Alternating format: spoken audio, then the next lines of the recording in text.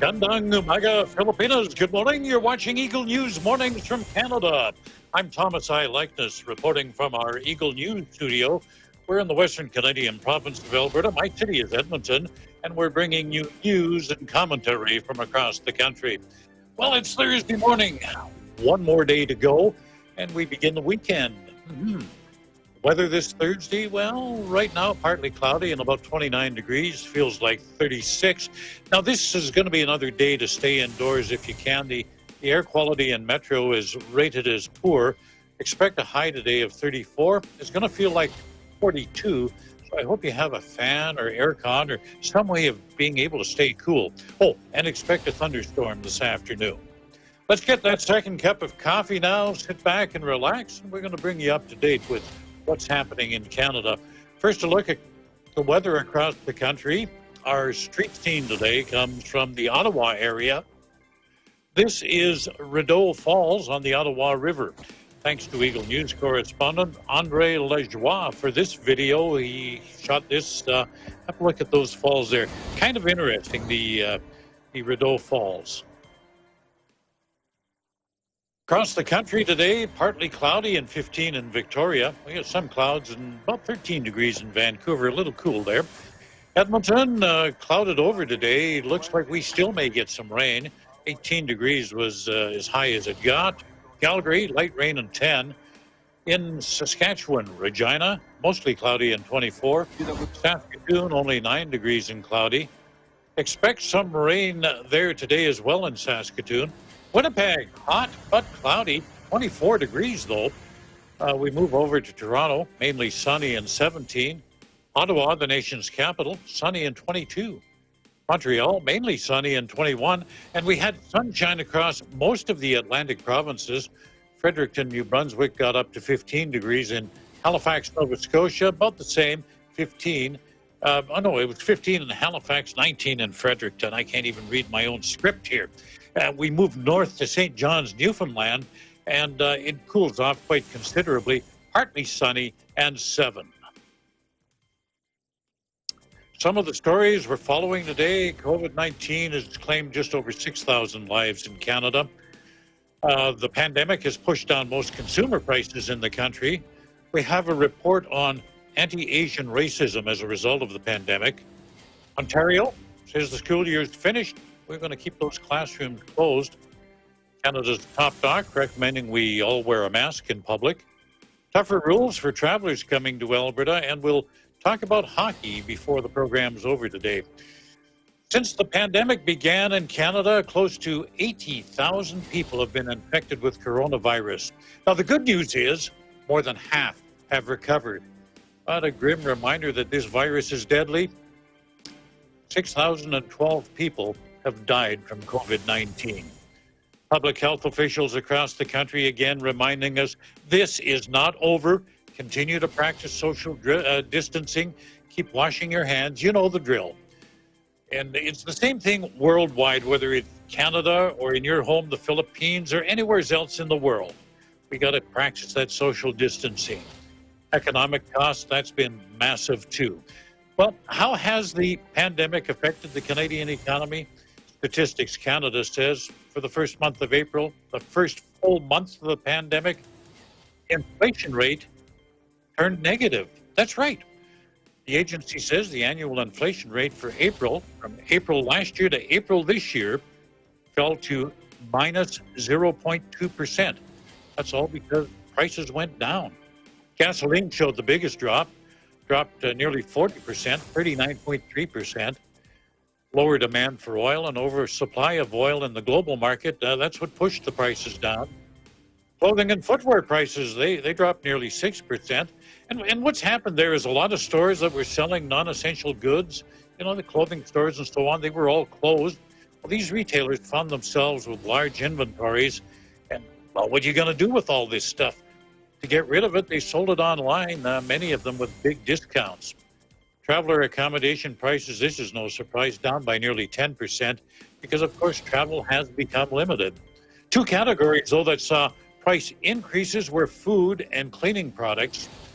Prices for rice up 9.2%, eggs up by almost 9%. Same with meat prices. They're up by almost 9%.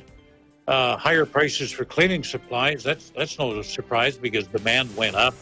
Prices in that category up by 4.6%. Now you're all wondering, remember everybody was hoarding toilet paper. How much did that go up by? 6%.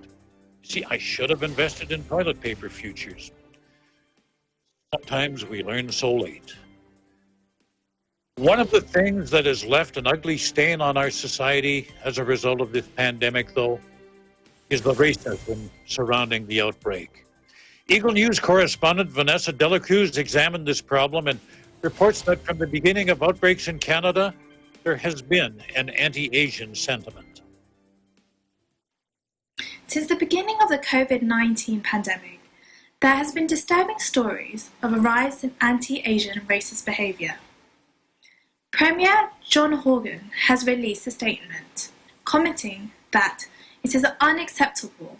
Hate has no place in our province and it will not be tolerated. Our strength is in our diversity and we reject all forms of racism, discrimination, intolerance and bigotry. He also mentioned racism is also a virus. Through challenging times, British Columbians must stay united. We are always stronger and more resilient as a province when we treat each other with kindness, generosity and respect. To do so, we must all stand together and call out racism and discrimination when we see it. Dr. Bonnie Henry has also condemned these acts. It continues to make me incredibly sad when I hear these stories, and particularly the underlying racism that it exposes. And there is no place for that in our society here in Canada and in British Columbia.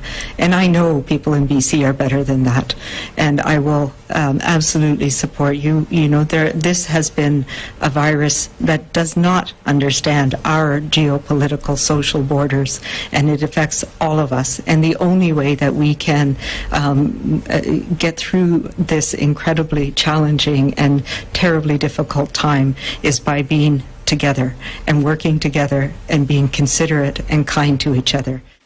And these are the words from the Minister of Health, Adrian Dix. We need to condemn them specifically, we need to condemn them always, and we need to build communities that are more resilient from them. It's one of the things that we're trying to do, and this has been led by my colleague Ann Kang and initiated by my colleague Ravi Kalan in building more communities that are more resilient against racism. As they all have mentioned, we should all unite to beat this pandemic, not only in British Columbia and Canada, but all around the world.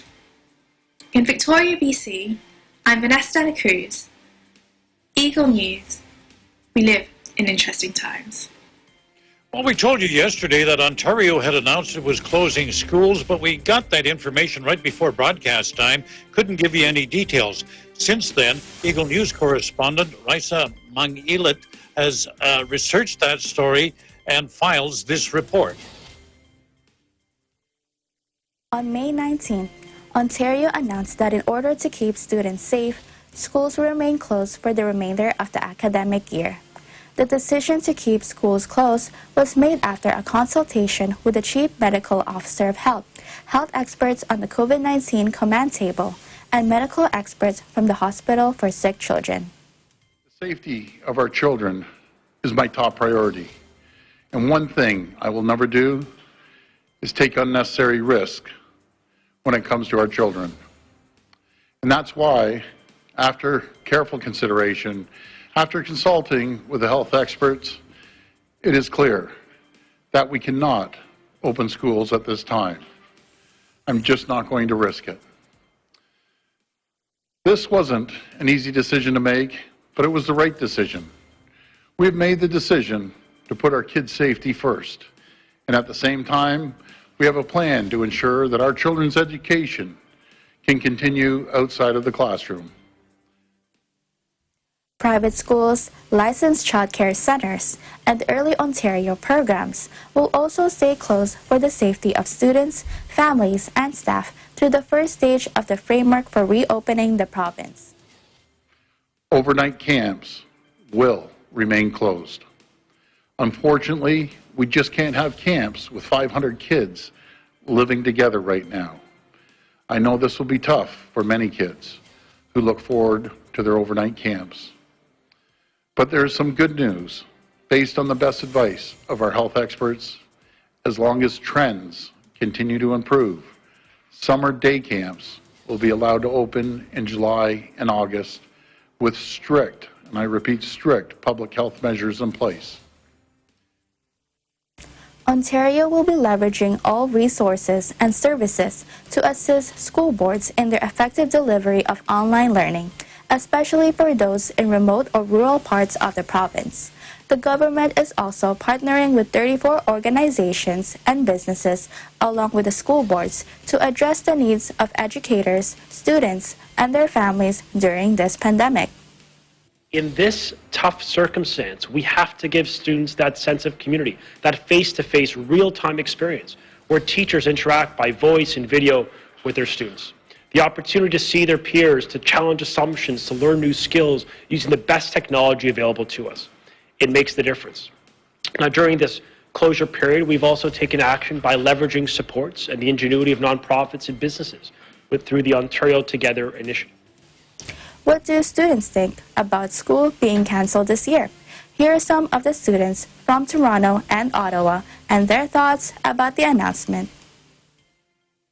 Honestly, going back to school while there's a pandemic worries me a little bit, just because this has opened my eyes on how easily a virus can spread and how it can affect the world.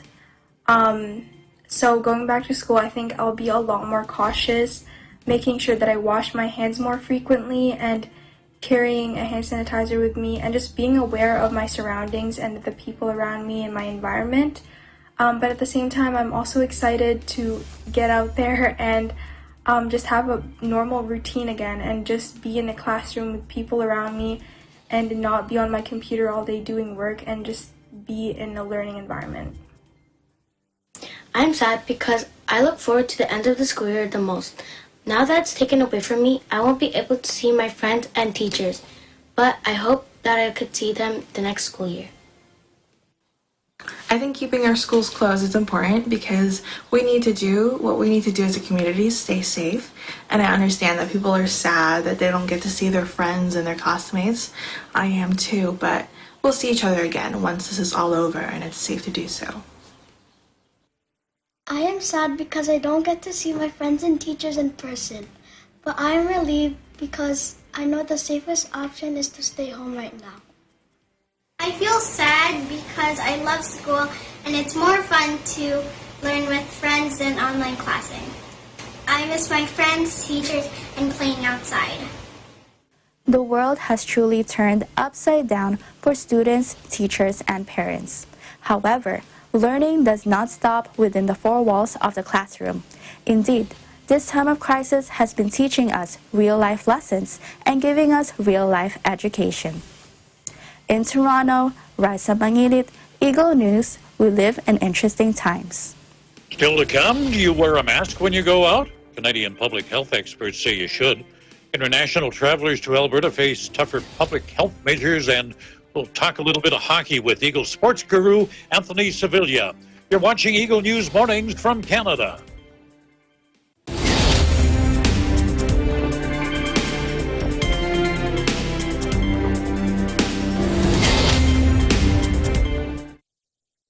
Iba't iba man ang pinanggalingan, iisa lang ang pinangahawakan.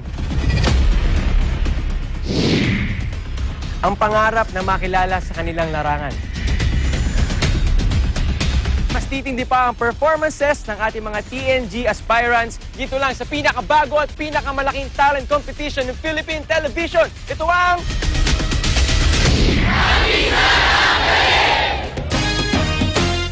This program is presented by SMC Infrastructure Building a Better World. Sanding sugar-free white coffee. Puno ng white coffee taste without the sugar, kaya lower calories. Try mo na Sanding sugar-free white coffee. Sarap ng white coffee, now sugar-free. Vet-approved NutriChoice, the only premium dog food with active boost for optimum energy and prebiotics that help strengthen immunity, just like Catherine Bernardo. Gawing listo ganado ang fur babies niyo. Listo ganado sa Nutri-Chunks. Magnolia Chicken Templados. Delicious, ready to cook and freshly marinated daily. PUREFOODS Luncheon Meat. Pure sarap for every family. Star Chunky Cheese Corned Beef. Ang cheesy ng corned beef mo. Walang duda. Kids can tell na #1 ang PUREFOODS Tender Juicy. Ang tender, ang juicy, ang sarap. Co-presented by Cooper, expert in air conditioning and electromechanical. Also engaged in structural, electrical, fire protection, plumbing, and sanitary services. Cooper, your ultimate MEPS and air conditioning solutions. Unlad Incorporated International, fight against global poverty. New San Jose Builders Incorporated. Canrib Corporation, your ventilation and air conditioning specialist. Vita Herbs Philippines Green Coffee. Masarap, mabango, at healthy pa. Puerto Rico Resort and Convention Center, Cabiao, Nueva Ecija. I love Puerto Rico.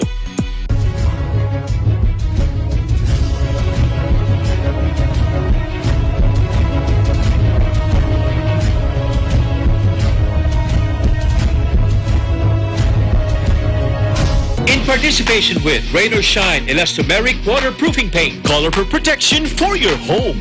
Matimco. Matimco is wood.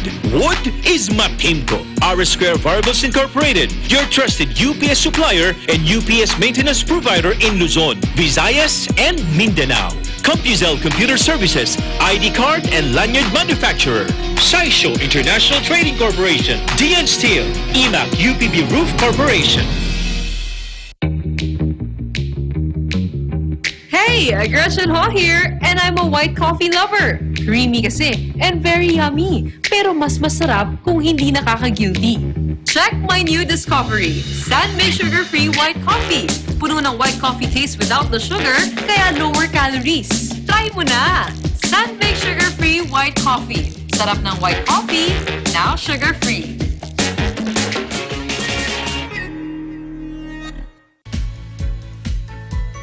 The Bulacan Bulk Water Project is a treatment facility that will provide bulk water to the 24 municipalities of Bulacan to meet the increasing water demand of its residents. Through concessionaire, SMC Infrastructure also initiated the significant improvements of the Manila North Harbor Port, the country's busiest port. Listo at ganado ang baby ko sa vet-approved Nutri-Chunks with active boost and prebiotics na pampalisto. Made with real meat, with essential nutrients to help them grow healthy and happy. Listo, ganado sa Nutri-Chunks. Ikaw lang ang star ng buhay ko. Para sa akin, perfect ka. Ibang klase ang sarap ng corned beef mo. Ang cheesy ng corned beef mo. Pag Star Chunky Cheese Corned Beef, sarap ng corned beef, inangat pa ng real cheese cubes. Kaya perfect ang sarap. Star Chunky Cheese Corned Beef.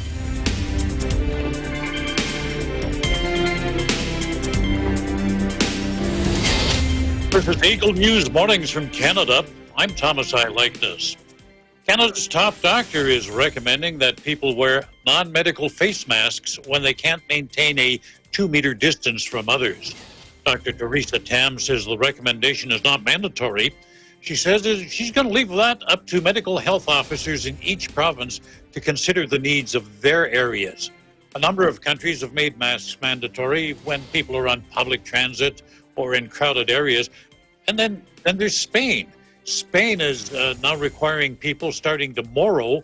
Everybody over the age of 6 in Spain has to wear a mask in public places. Canada, some stores require people to wear masks. Airlines are also make non-medical masks compulsory.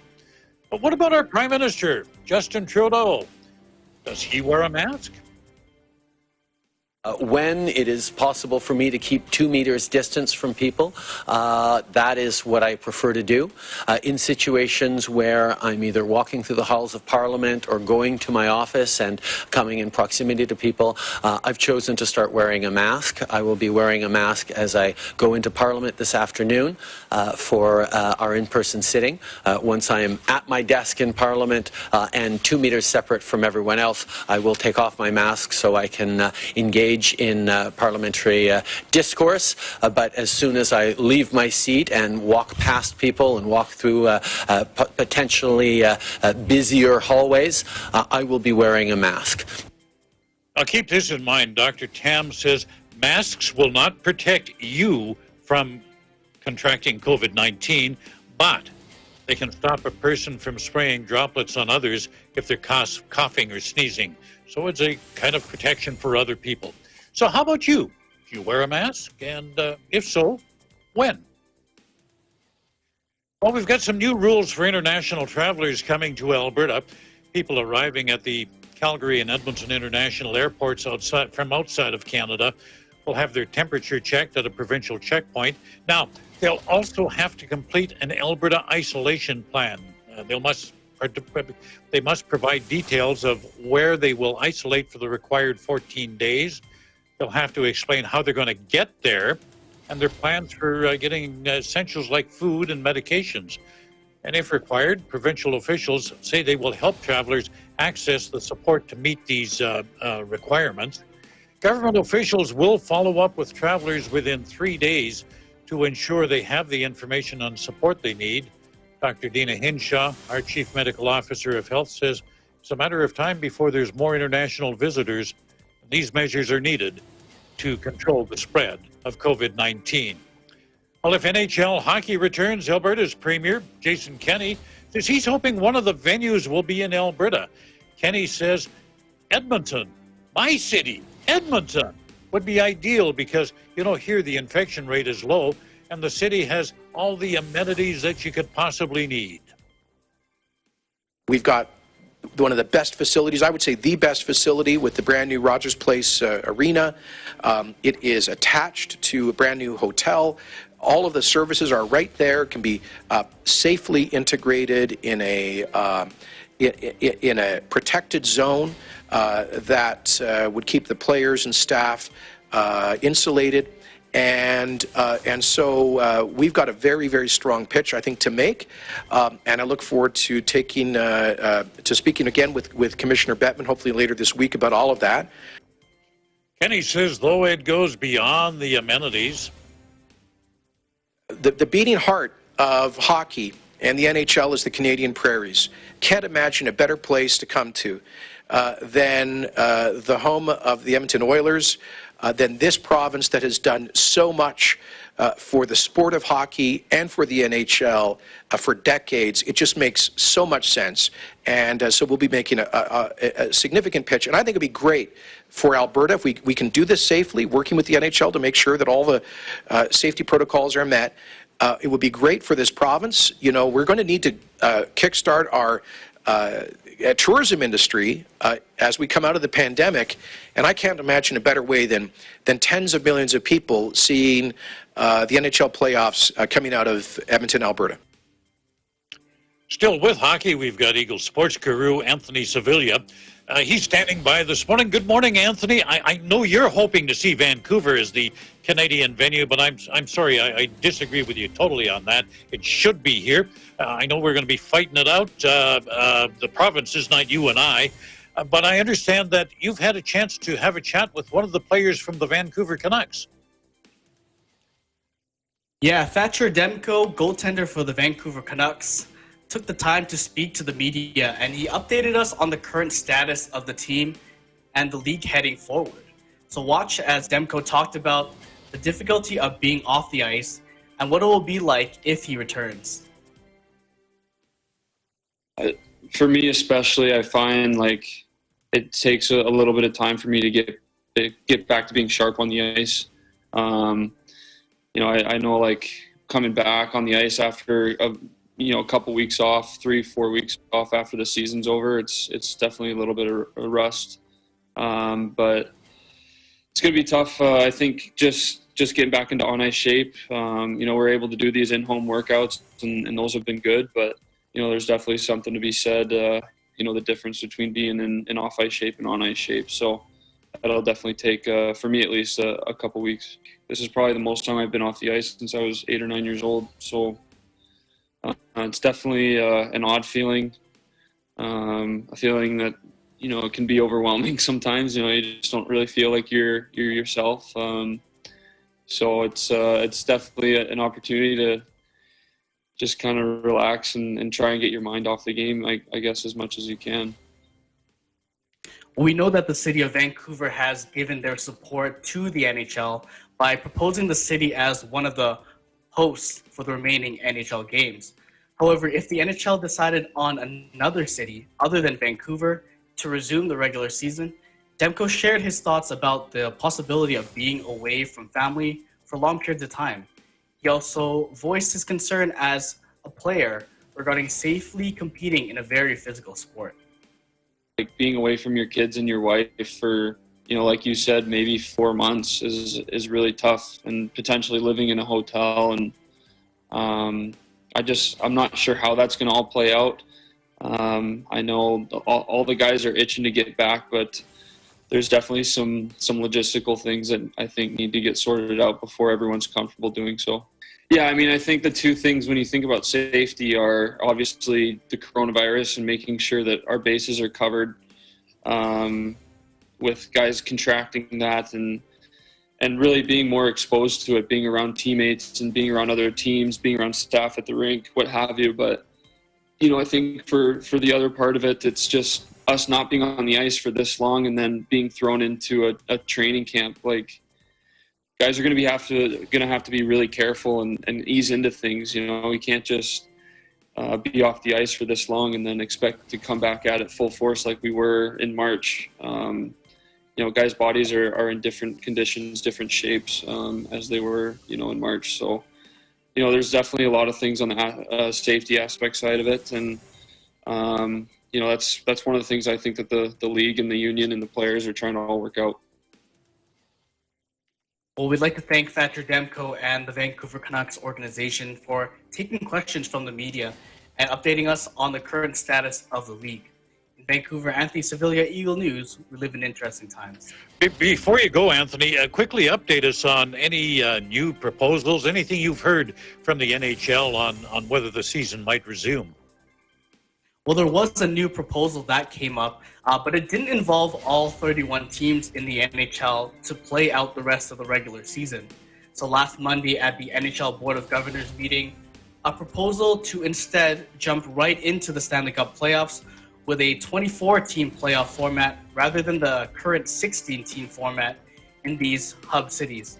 With more playoff games, that means more money going forward to the owners. So the league has already lost so much by canceling the final weeks of the season that it gives an opportunity for those franchises to earn that money back. However, the NHL and the NHL Players Association are continuing to weigh their options on how to safely resume competition. Discussions will resume at the NHL Board of Governors meeting next week, Monday. Thanks for that update, Anthony, and we'll see you back here again. Don't be a stranger. A reminder to join Frendel Verheeren for Digital Nest, the home edition. It's a program for explorers, the curious, that would be me, and the go-getters to build an online community from around the world. Check it out on Facebook and YouTube. It's more great programming from EBC. That's our program for today. Thank you for watching, and on behalf of the Canadian News team, I wish you all good health. Take care of others, take care of yourselves, stay home, stay safe, and stay tuned to Eagle News for accurate and balanced coverage of the COVID-19 pandemic and other current affairs. In Edmonton, Canada, Thomas I. Likeness, Eagle News. We live in interesting times. Stay tuned for Agala Bolita, hosted by Maricar Velasco. Thank you, Tom. Have a great day ahead. You too. Na ang mga pangunahing balita sa loob at labas ng bansa. Tinagit at kinalap ng Agila News Team. Agila Balita.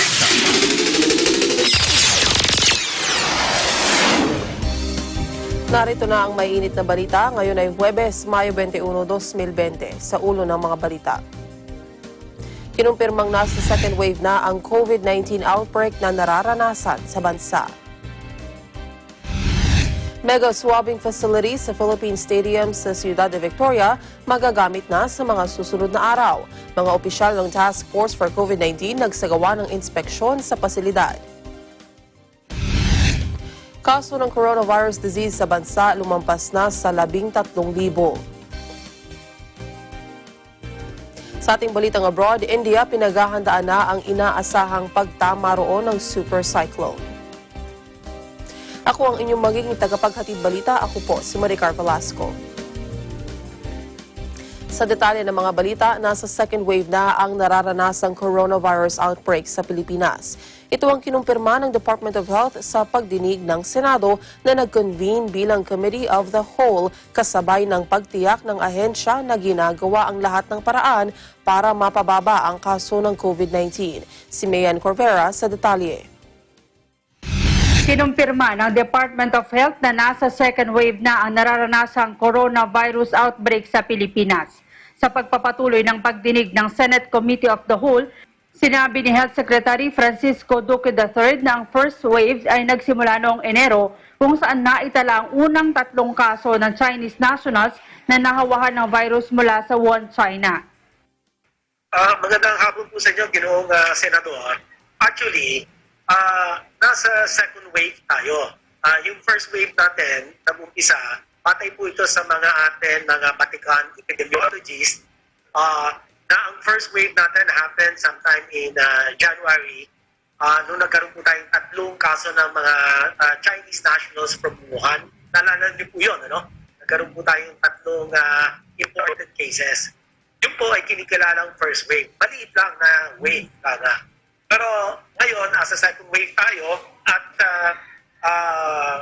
ginagawa po natin ng lahat para na ma-flatten yung pandemic curve. Babala ng kalihim, maaring lumobo pa ang kaso at maranasan ng third wave kung agad ilalagay ang Metro Manila sa general quarantine. Maari naman anyang makaiwas ang publiko sa posibleng pagkahawa ng virus kung lahat ay tatalima sa mga itinatakdang protocols. Early detection is the key. Hindi pwedeng pabayaan natin yung mga taong alam natin na lalo na po sa mga pamahalaan lokal.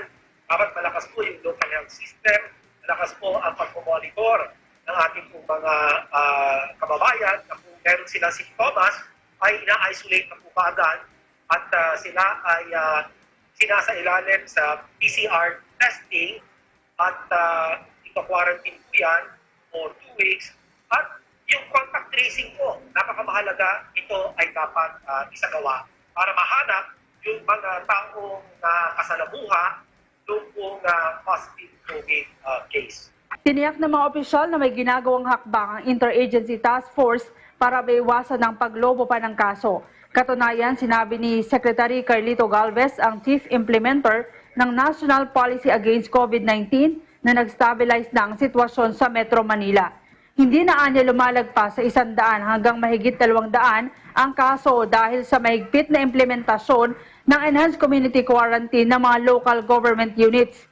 Ilang lalawigan na lang anya ang kanilang binabantayan para mapababa pa ang mortality rate gaya ng Cebu at Zamboanga City. Sa ngayon po, nakikita po natin, ang nakikita lang po natin nag-rise ng area, ito po sa Cebu. Kaya ito po ang pinapos natin. At saka itong area po ng Zamboanga City, which is nagiging controllable lang po naman po. Sa lahat po na pinupuntahan ko po na area, lalo na po sa Laguna, pumunta rin po ako sa Laguna, mukhang na-stabilize naman po yung mga natin po mga cases. Very good. Underexecutive number. Para sa Eagle News, Mayan Corvera will live in interesting times. Umakyat na sa 13,221 ang bilang ng naitalang COVID cases sa bansa. Ayon sa Department of Health, may naitalang 279 na bagong kaso ng virus infection sa nakalipas na 24 hours. Ang 54% o 150 na bagong kaso ay mula sa National Capital Region, 41% o 150 na bagong kaso ay mula sa iba't ibang lugar, habang ang 5% o 14 na bagong kaso ay mula naman sa Region 7. Umakyat naman sa 2,932 ang bilang ng naka-recover mula sa COVID-19 sa bansa. Ayon sa DOH, may naitalang 89 na pasyente ang naka-recover mula sa sakit at may 5 namang naiulat na nasawi mula sa virus sa nakalipas na 24 hours. Dahil rito, aabot na ngayon sa 842 ang bilang ng namatay dahil sa COVID-19. Matapos ihayag ng DOH na nasa second wave na ang bansa sa COVID-19 pandemic, nagbigay ng paalala ang kagawaran para maiwasang umabot sa third wave ang COVID-19 infection. May report si Madeline Villar Moratillo. Nagbigay ng ilang paalala ang Department of Health sa publiko upang maiwasang magkaroon ng third wave ng COVID-19 infection sa bansa. Ayon kay DOH Undersecretary Maria Rosario Vergere, maaaring maiwasan ang pagdating ng mga bagong wave o pagtaas muli ng mga naitatalang kaso ng COVID-19 kung susunod ang lahat sa mga pinaiiral na health protocols. Kabilang rito ang paghuhugas ng kamay, social distancing o paglalagay ng 1 metrong pagitan mula sa ibang individual, pagtatakip ng bibig kung uubo o babahing. Kung lalabas naman ng bahay, magsuot ng face mask. Pero isa sa mahalaga ay ang manatili sa loob ng bahay kung wala namang mahalagang gagawin sa labas. Na lagi ho naming pinapaalala sa inyong lahat. Ang pinaka-importante po sa atin ngayon is ma-prevent natin kung anumang wave yung dadating po sa atin. If it's the second major wave at kung anuman pong pagtaas ng kaso, ang lagi po natin aalalahanin na lagi lang po natin gagawin ang mga sinasabi sa atin ng ating kagawaran ng kalusugan, ng ating gobyerno, practice hand washing, physical distancing, proper cough etiquette, wearing of mask, and regular disinfection. And of course, kapag wala naman pong gagawin, huwag na munang lumabas ng bahay. You stay at home. If you are not part, dun po sa binigyan ng exemption ng ating gobyerno para sa panahong ito. Una nang sinabi ng mga eksperto na nagkaroon na ngayon ng flattening of the curve o pagbaba na mga naitatalang kaso ng COVID-19 kada araw.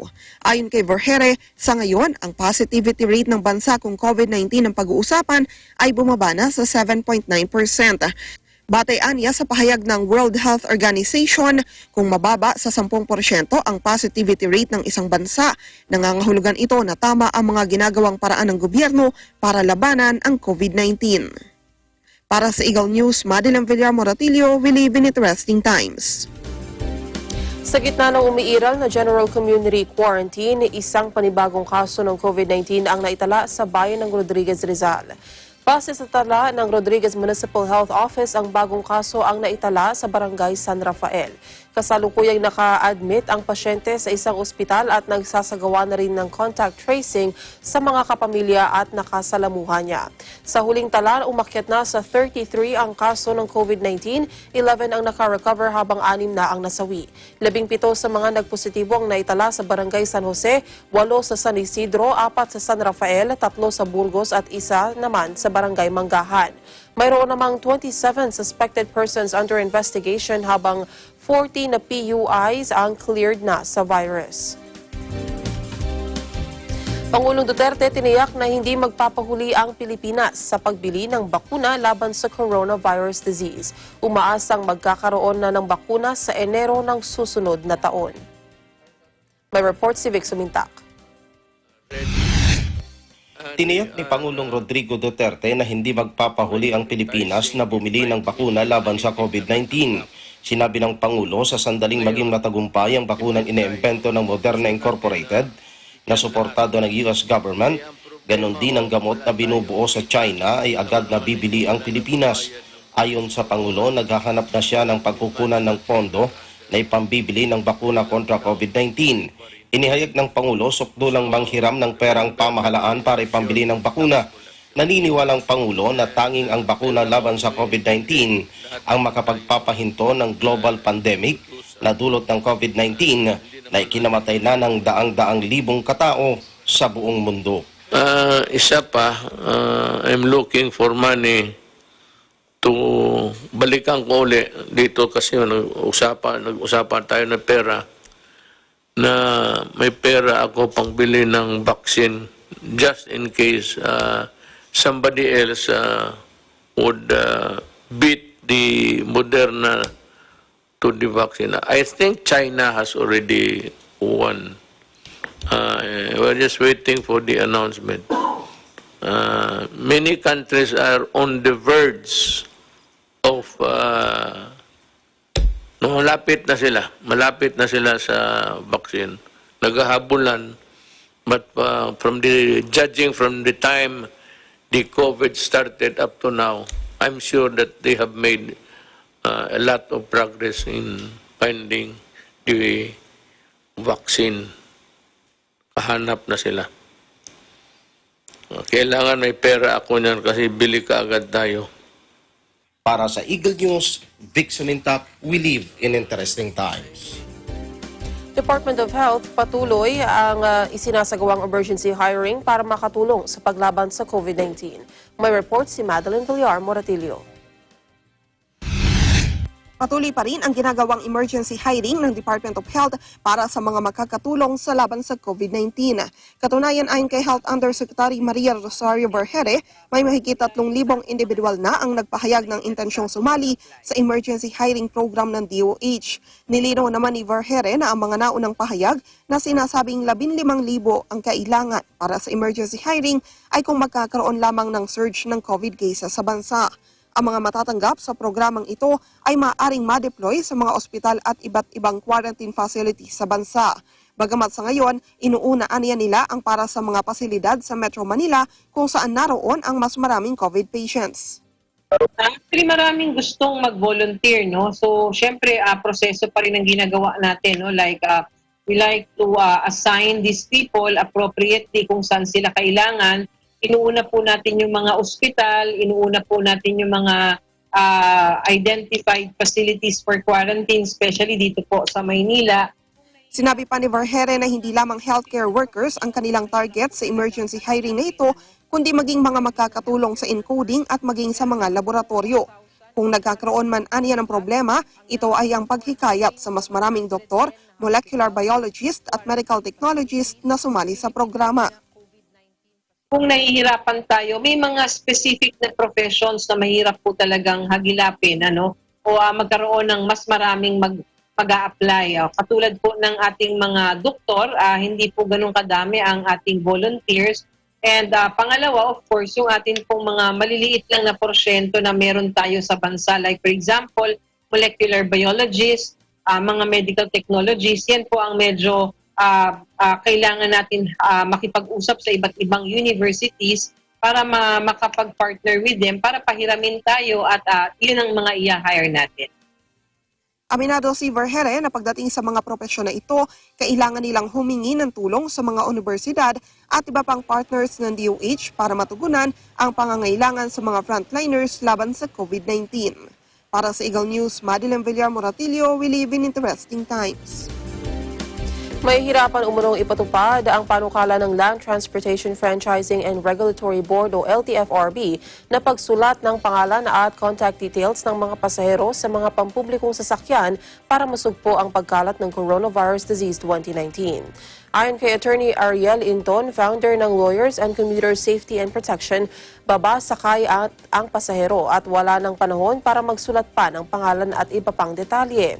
Anya, wala rin kasiguraduhan kung tama o totoo ang kanilang isusulat dahil na rin sa issue ng privacy. Giit nito, sapat na sa mga pampublikong sasakyan na siguraduhin ang social distancing sa pasahero at ang pagsusuot ng face mask, gayon din ang regular na disinfection ng mga sasakyan. Iminungkahi naman ni Ako Bicol Party List Representative Alfredo Garbin na gumamit ng teknolohiya sa public transport para mapigilan ang paglaganap ng COVID-19. Aniya, hindi dapat pahirapan ng drivers at transport associations sa pagtatala ng mga pasahero at dapat maging maingat tayo sa personal na information ng mga tao. Sinabi pa ng kongresista na mas mabuting solusyon ang paglalagay ng unique QR code sa mga PUJ na maaaring iscan ng mga pasahero tuwing sasakay at bababa sa sasakyan. Samantala, tuloy pa rin ang kasong kriminal at administratibo laban kay NCRPO Chief Police Major General Debold Sinas dahil umano sa paglabag sa Enhanced Community Quarantine. Ito ay sa harap ng tila pag-absuelto ni Pangulong Duterte kay General Sinas na nais na daw niyang manatili sa pwesto. Ang detalye sa report ni Mar Gabriel. Tuloy pa rin ang mga kasong kriminal at administratibo laban kay NCRPO Director Police Major General Debold Sinas dahil sa umano'y paglabag sa Enhanced Community Quarantine.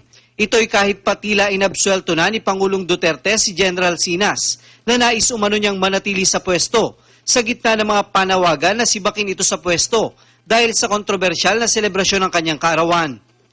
Ako yung ayaw na malipat siya. He is a good officer. He's an honest one.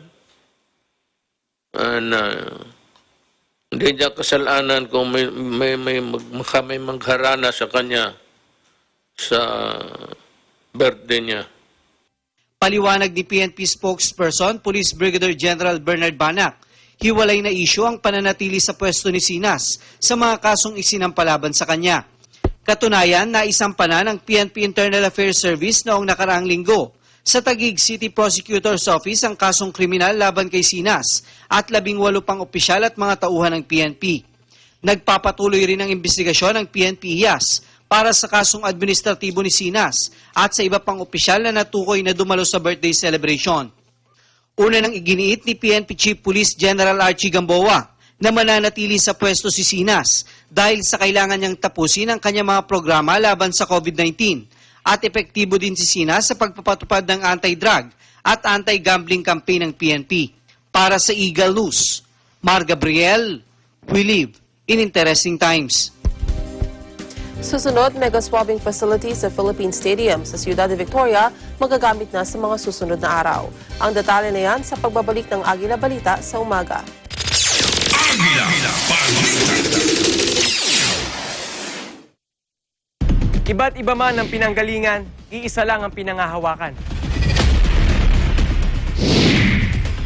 Ang pangarap na makilala sa kanilang larangan. Mas titindi pa ang performances ng ating mga TNG aspirants dito lang sa pinakabago at pinakamalaking talent competition ng Philippine Television. Ito ang...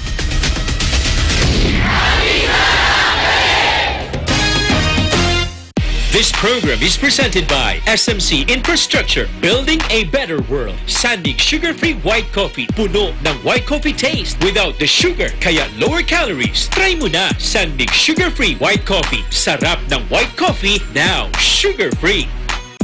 Vet-approved NutriChocs, the only premium dog food with active boost for optimum energy and prebiotics that help strengthen immunity. Just like Catherine Bernardo, gawing listo ganado ang fur babies niyo. Listo ganado sa NutriChocs. Magnolia Chicken Templados, delicious, ready to cook and freshly marinated daily. PUREFOODS Luncheon Meat, pure sarap for every family. Star Chunky Cheese Corned Beef, ang cheesy ng corned beef mo. Walang duda, kids can tell na #1 ang PUREFOODS Tender Juicy. Ang tender, ang juicy, ang sarap. Co-presented by Cooper, expert in air conditioning and electromechanical.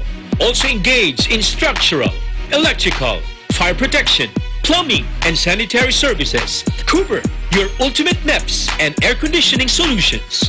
Unlad Incorporated International, fight against global poverty. New San Jose Builders Incorporated.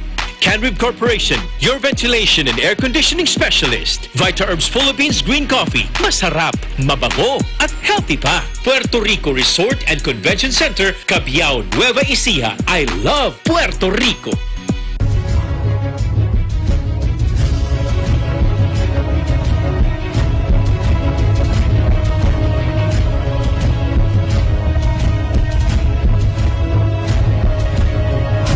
Participation with Rain or Shine Elastomeric Waterproofing Paint. Color for protection for your home. Matimco. Matimco is wood. Wood is Matimco. R Square Variables Incorporated, your trusted UPS supplier and UPS maintenance provider in Luzon, Visayas, and Mindanao. CompuZell Computer Services, ID card and lanyard manufacturer. Saisho International Trading Corporation, DN Steel, IMAC UPB Roof Corporation.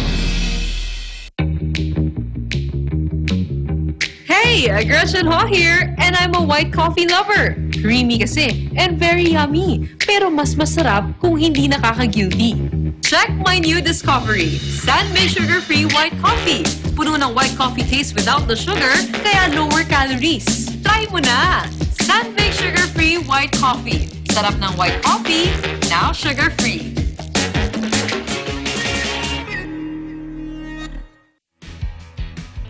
The successful development of TPLEX or Tarlac Pangasinan La Union Expressway in 2009, a 4-lane toll road that extends from Tarlac City to Rosario La Union with an additional approved extension of 56 kilometers all the way to San Juan La Union.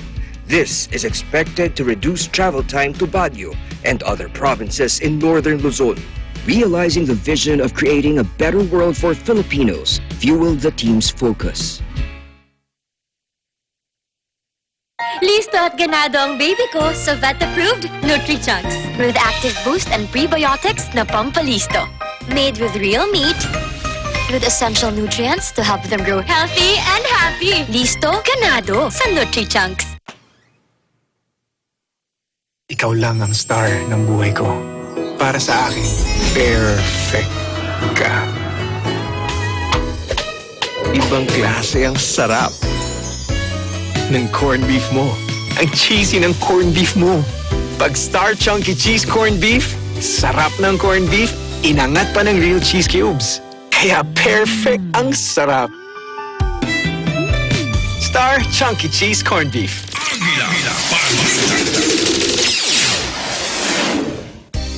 Magagamit na sa mga susunod na araw ang itinayong mega swabbing facility sa Philippine Sports Stadium sa Ciudad de Victoria, Bukawi, Bulacan.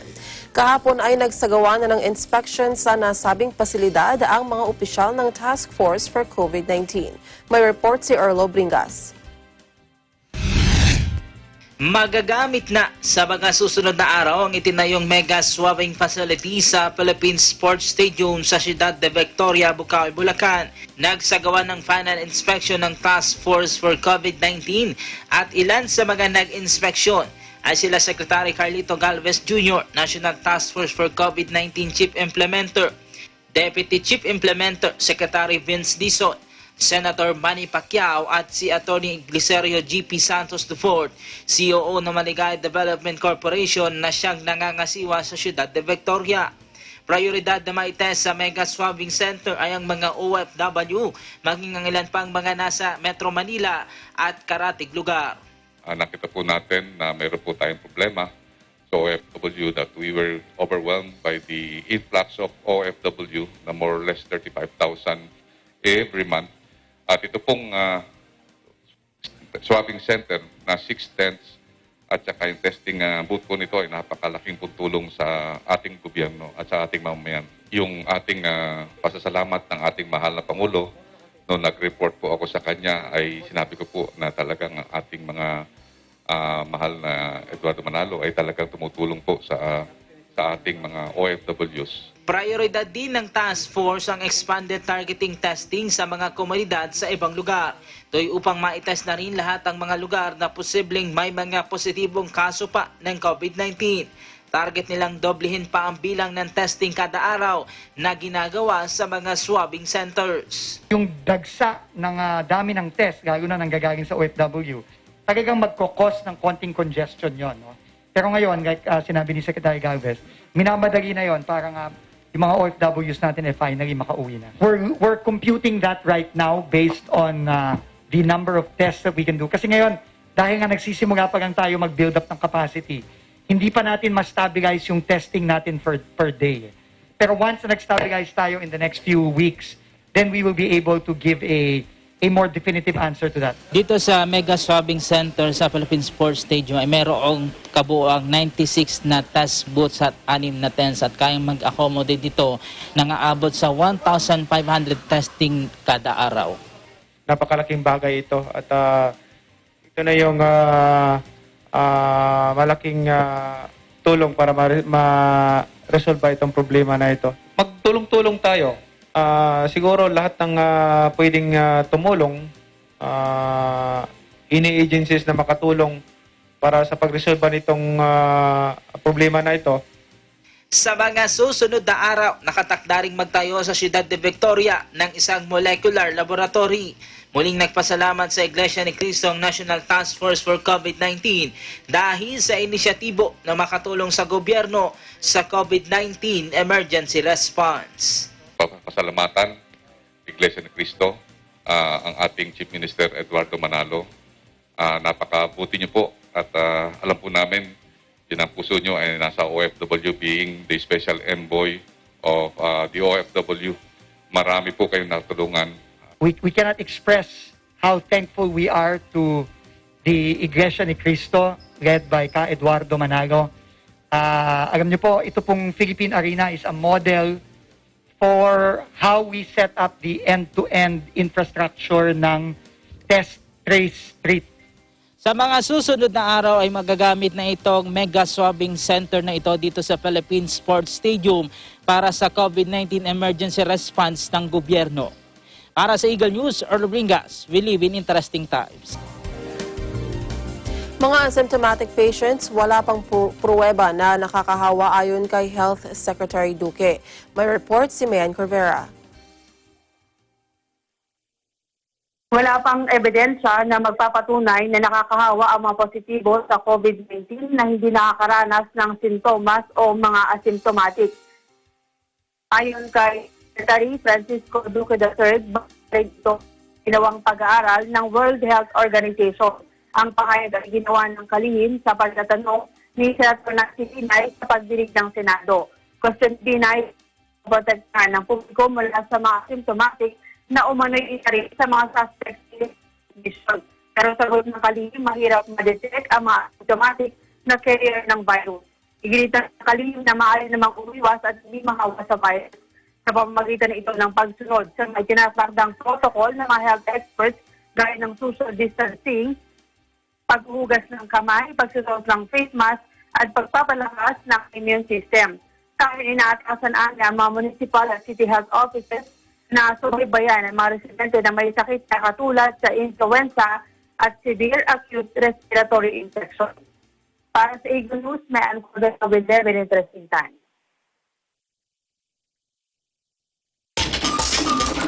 Mga pangyayari sa labas ng bansa. Balitan Abroad.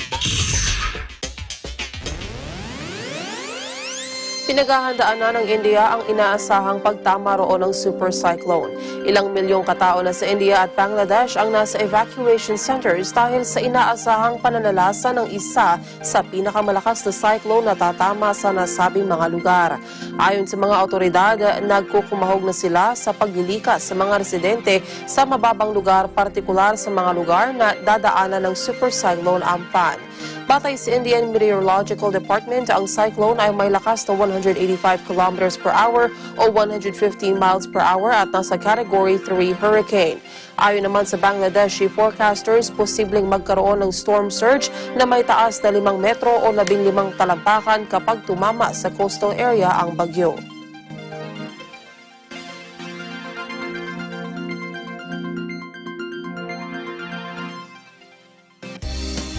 At yan ang naging kabuuan ng ating may init na balita. Sa pangalan ng ating mga kaagapay sa Eagle News Service, ako po si Maricar Velasco and we live in interesting times. Susunod na ang programang Saganang Mamamayan kasama sina Congressman Dante Marcoleta at Chenzo Barjaga. Sumainyo ang mga balitang kinarap, maingat na isinulat at inihanay ng Eagle News Service. Agila Balita!